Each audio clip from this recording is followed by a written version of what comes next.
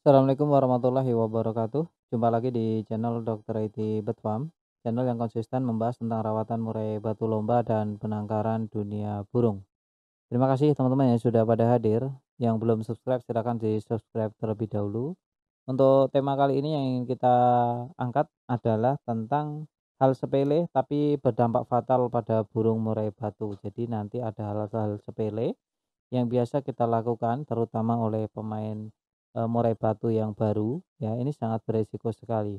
Sebelum kita masuk ke topik pembahasan, kita masuk ke intro terlebih dahulu, cekidot.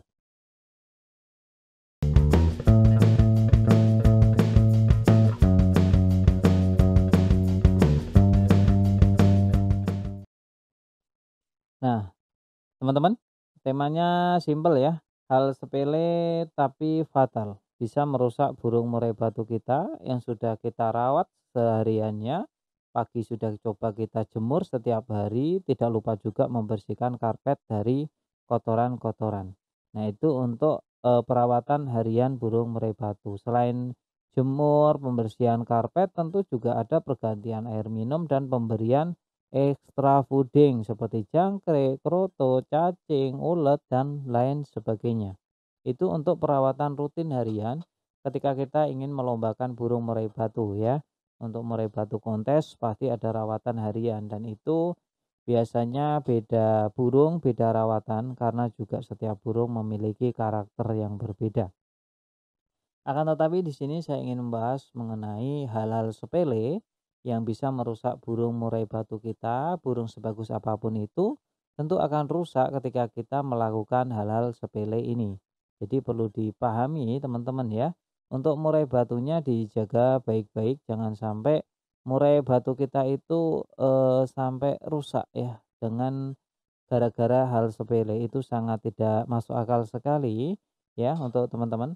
Hal sepele itu apa?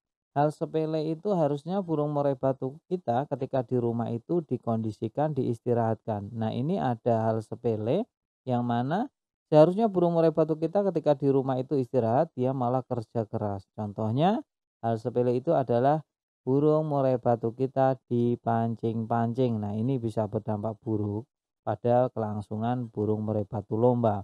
Ketika di rumah sudah biasa keluar-keluar, maka ketika dilombakan dampaknya sangat negatif sekali. Burung cenderung bengong, matung, hanya pasang badan, atau kerjanya tidak tuntas. Karena apa? Karena habitnya memang sering dipancing-pancing saat di rumah. Dan ini biasanya dilakukan oleh para pemula yang baru mengenal burung murai batu. Karena untuk senior dia pasti paham dan tahu bahwa kalau di rumah harus dikondisikan, harus diistirahatkan. Lain cerita kalau ketika dibawa ke tempat lomba, maka dia memang harus, bekerja untuk memenangkan di setiap kontes atau perlombaan. Nah, untuk minusnya ketika murai batu di rumah itu dipancing-pancing, saat dibawa ke lapangan itu, dia tidak akan, kerja maksimal. Seandainya kerja pun biasanya ngukluk. Terus untuk mengalahkan kandidat yang lain yang sudah disiapkan itu sangat susah sekali. Jadi untuk teman-teman jangan sesekali memancing-mancing murai batunya saat di rumah, apalagi menggunakan MP3 dengan suara murai batu yang lagi tarung juga. Jadi nanti emosi sama emosi malahan untuk burung murai batunya. Jadi di rumah burung murai batu apakah tidak boleh bunyi? Boleh ya. Kalau bunyi boleh, tapi bunyi yang tidak menggunakan emosi dan tekanan atau ancaman. Kalau menggunakan emosi dan mengeluarkan materi itu akan menguras tenaga, stamina dan tingkat fighternya teman-teman. Jadi ketika burung murai batu kita sudah mengeluarkan tenaga yang ekstra untuk eh, apa itu namanya, membongkar materi, mengeluarkan isian. Nah, itu sangat disayangkan sekali. Nanti kalau pas di lomba, dia tidak akan kerja maksimal. Bahkan untuk mengeluarkan materi atau masteran tadi juga udah tidak mampu karena sudah capek saat di rumah tadi. Nah, itu perlu dipahami dan dicatat baik-baik. Terus over lomba. Over lomba juga kelihatannya sepele, contohnya kita berangkat setiap minggu, tapi kita lupa bahwa burung murai batu kita juga butuh istirahat, butuh recovery untuk tenaganya juga, belum tingkat faktornya. Nah, hal-hal kecil seperti ini itu sering banget kita indahkan atau kita lupakan. Jadi untuk murai batu teman-teman, kalau sudah dirawat harian, kalau sudah rawat, sudah jemur sampai ditiriskan, itu pun ada aturannya, tidak sembarang langsung kerodong bawa masuk ke rumah. Jadi kalau pagi kita keluarkan, kita bersihkan sangkarnya, kita jemur, kasih EF yang cukup. Nah, setelah jemur sampai masukin rumah itu harus ada jeda paling tidak 10 menitan untuk apa? Untuk menyesuaikan tubuh murai batu dengan, suhu yang ada di dalam rumah. Jadi kita bisa taruh di teras dulu biar didinginkan dulu, ya, jangan langsung ditutup kerodong, nanti bisa berdampak buruk seperti serak dan, matanya terkena katarak. Nah, ini yang kurang bagus untuk burung murai batu kita.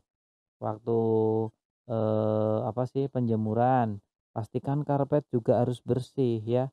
Sebelum dijemur, karpet dibersihkan dulu. Karena apa?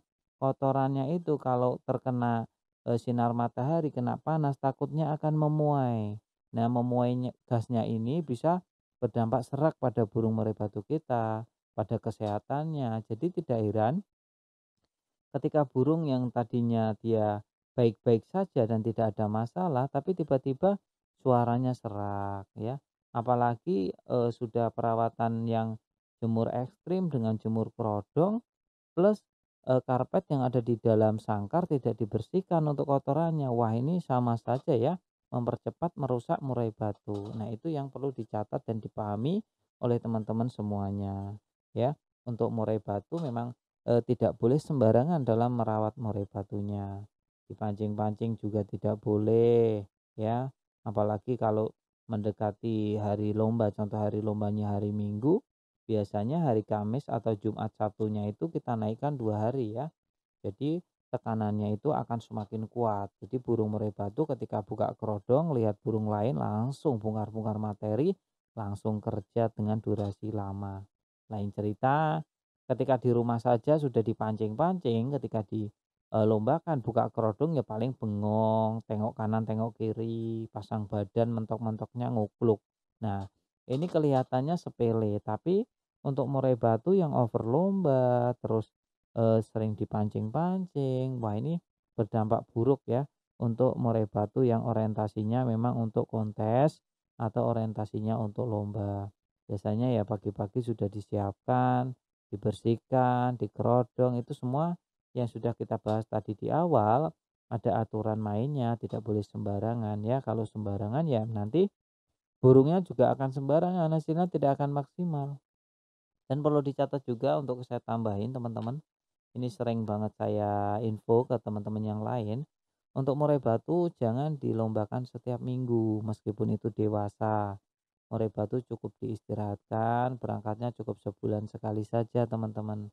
Lalu bagaimana cara mensiasati agar kita pengen lomba terus ya teman-teman nambah burung ya. Paling solusinya itu karena burung murai batu yang digeber terus nanti dikhawatirkan akan rusak. Kalau sudah rusak teman-teman sendiri yang akan rugi apalagi kalau itu burung bagus, burung masa depannya masih panjang.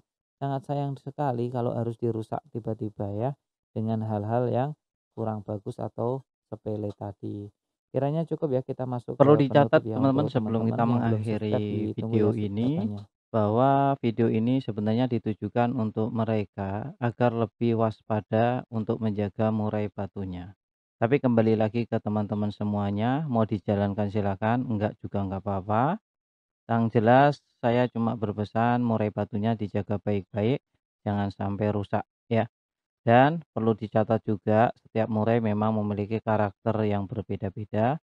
Jadi setiap perawatan tidak perlu diperdebatkan antara satu dengan yang lainnya. Kalau cocok dijalankan, nggak cocok ditinggalkan. Jangan cuma sekedar membaca judul saja ya. Pahami isinya, tonton dari awal sampai detik ini. Bagi teman-teman yang menonton sampai detik akhir ini, saya kira tidak akan ada perdebatan lagi di kolom komentar. Salam sehat.